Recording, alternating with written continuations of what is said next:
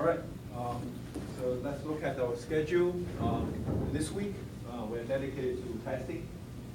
The next week, we're going to go over post-delivery maintenance. Then we are wrapping up with a quick discussion on teams and then in-class exam. Pretty much the last remaining important topic is testing. Post-delivery maintenance essentially is going to be a recap of what we have talked before. Pretty much that is chapter when you say, hey, we already have a running software product, we're going to make modifications, then what should we do? Basically, you go back and do all these things. But how to put that in context is what we're going to talk about in the post-delivery maintenance. You guys should have received the homework 2 feedback. The project manager is going to, his plan currently is to give the feedback about your design document by this Thursday. So you have a week to prepare, correct your, or adjust your test plan, then get that submitted. Today, we're going to basically talk about what you should include in your test plan. Okay, so we'll see what are the important things we need to cover in our project. Any questions? All right. So at this moment, we have one more homework to go. Test plan on your final code. Then you are here for the in-class exam on June 6th. Then you one more demo with a project manager. Then you're done. Okay. At this moment, you should have been working on your code and thinking about how to test your code. All right. What's going to be on the in-class exam? Okay. So these in-class exam are going to be just the fundamental things we do in our project, in our homework, and also in class, in the quiz. So essentially, it's not going to go beyond your homework, your project, and your quiz. Okay. Certainly, you're not going to see tough questions like what we are getting into in the quiz, which are getting. The questions we are working on in the quiz is not easy. Okay, not easy anymore, right? At the beginning of the quarter, it's actually fairly easy. You are defining different data structures and implementing pieces of data structures, perfecting your data structures, and building data structure with another data structures. Then we move on to a little bit complex data structure like search tree, which is very common. That's basically just like a warm-up kind of question. If you see a tree-related question, you should be really happy because those are actually very simple ones. Because there aren't that many tree algorithms you can think about. Once you get into more complex things like graph or other array-based algorithm, that can be increasingly it can be trickier. Okay, we're not going to see on that level so we're not going to see a programming problem which resembles what we are doing right now. But we are going to see a programming problem which resembles to the first half of our quizzes. Okay, which you are basically writing a data structure, using another data structure, perfecting data structure, writing a small program with data structure to build another data structure. That will be what we're going to test you in the in-class exam in terms of pseudocode. Okay, not going to be real code. In terms of a pseudocode. Okay, essentially you write down your algorithm, your control flow of your algorithm. I'm not looking for your state charts, no, but flow charts. I'm really looking for the pseudocode. Okay, you'll see a problem like that. Okay, and also you'll definitely see a simple problem for you to work out the use cases. Simple problem for you to work out a state chart. a simple problem for you to work out a sequence diagram to basically implement your use case, right? So essentially, you're not going to see anything beyond what we have been practicing in homework, in class quiz, and also in the project. So anything you should have seen, have done. If you have done all your homework, you have done all your quizzes, and you have done all your project parts, then you have at least worked on all the things you will see in the homework. There are not going to be any surprise. So okay, wow, this one I have never seen before. Okay, maybe I missed the class. It's probably in that class, but no, you're not going to see that. So all these things we have repeated like 1,000 times. Okay, what do you do in the requirement phase? What do you do in the analysis phase? How do you come up with a class diagram? How you refine a test case into a sequence diagram or activity collaboration diagram, and how you specify your program as pseudocode. How do you specify your code, your program as control flow diagram? Then how do you test the simple program which we're going to cover today, right? So those are the things that you will see. I mean, absolutely no surprises. That's why it's a total closed book exam. You're not expected to use calculators. About that, a couple of questions on the first homework required us to know a specific figure like the. I will give you the figure. If I use a figure, I will give you the figure. Okay. And so for me, the homework require no calculator at all. Okay, if you think, oh man, this one I need a calculator, guess what? Your answer is wrong. All right. So if you are trying to use a calculator, you think you need a calculator to solve the problem, then your answer is wrong. All right. I did need a calculator to solve one of the problems because it was a ratio of like 3 to 56 or something.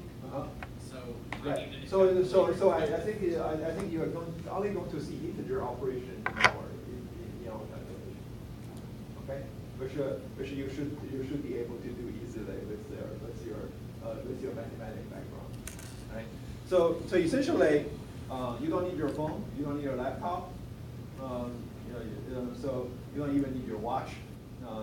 So basically, you just need your pen, your pencil, and your eraser. That's all. Okay, and you don't really need scratch paper. The booklet is going to contain plenty of space for you to work out things. So essentially, you just need to come here with your pen, pencil, and eraser. You have a question? Okay. So how do you prepare your test?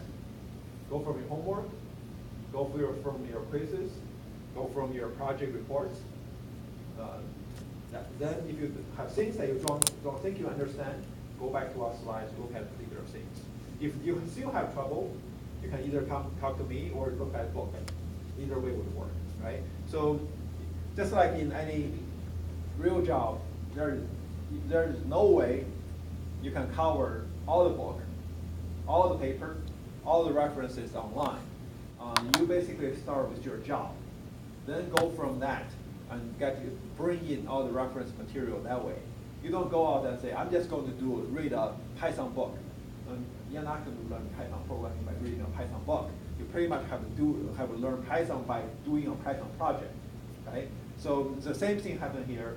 You need to know the material in your homework. You need to know your material in your project. You need to know your material in in-class quizzes, which are mainly focusing on tree and below. Okay, so that's going to be your level of difficulty. Because I don't want you to spend 40 minutes to work out the problem in my exam in terms of coding. That's not my goal. So basically, the problem if we have for programming is for you to show that you know how to write pseudocode, and you know how to given a simple data structure or algorithm, you know how to implement them. Right. So for the quizzes, should we know how to do everything that is in the quizzes? Can we go back and look at what those questions were? You can? Oh, I thought you can go. Can you go back to the? I need to look at the quiz. It doesn't show us you can't access what you've submitted or what the question was. Oh, okay. So I will tinker with the D2L and see if I can I can reopen those things for you. If not, I will give you the list. Give you a list of questions. That's very easy. Will you be providing a practice exam or a study guide or anything? As I said, so we are not going to go beyond our project, our homework, and our quizzes. So that will be your study guide. Yeah, we're not going to go beyond that. So on the test, it might ask the code, like the same stuff you've been coding in the quizzes, you might actually have to write out code? Yes. Okay. But in terms of pseudocode, so basically what I mean is I'm not going to grade your grammar, grade your syntax. Okay, if you say print something, I'm not going to say, oh, you missed a semicolon, 5 points. No, that's not. So basically you say, okay, this is what I'm going to do. And so you basically gave the flow chart like structure, will be happy. This is really pseudocode coding on paper, not real coding. That's a good question. So, but you cannot say, oh, this is my answer. That's not going to do work. So I do need to see the step by step. But I'm not going to say, oh, this statement is not perfect Java. That's not going to be the focus of the test. All right. I think so my goal is when you see that problem, you know exactly how to do it, but you just need to do it. Okay. So just like Nicholas, just like Trey. When you see the problem, you immediately know, oh, I know how to do this. But you have to go do it, show that you know how to write a proper pseudocode to represent that's my implementation. Yeah. So it's really just the basics, So just show that you did your work, okay? Not that somebody else did all your homework, somebody else did all your projects, somebody else did all your quizzes. You really need to go there and show, okay, you actually know all these things, which we have asked you to practice in the homework, in the project, in the quizzes. Okay, that is it. In fact, the main goal of the test, right?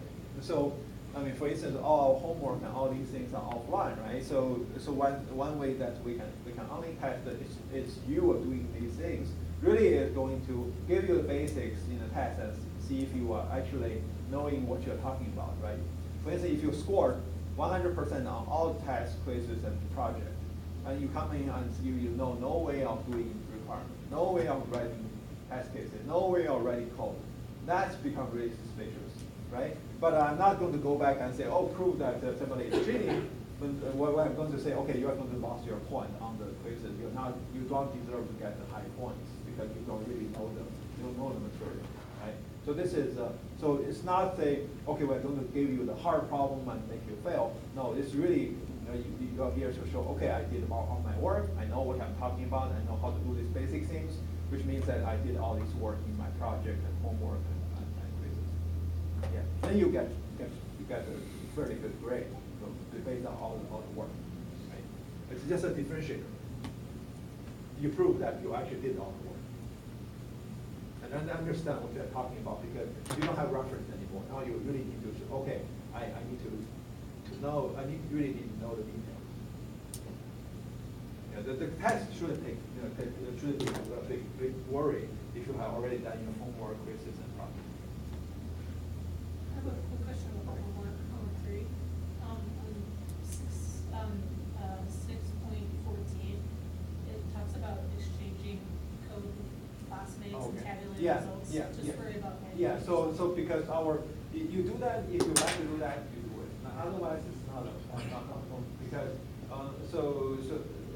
so the homework part, I mean, so we certainly open collaboration, right? So you could do it, right? If you find somebody you can do it with, but our class is small. If you cannot do it, don't worry. Okay.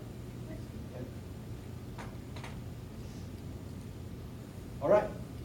So we'll talk about testing, which is actually one of the things that not taught a lot here, but it's something that you have to spend a lot of time and effort with. So essentially, we're looking at some basic things here to start with. First one is unit testing. Unit can be small, can be big, right? Our unit testing, for instance, your unit testing can be, the data structure can be written in class.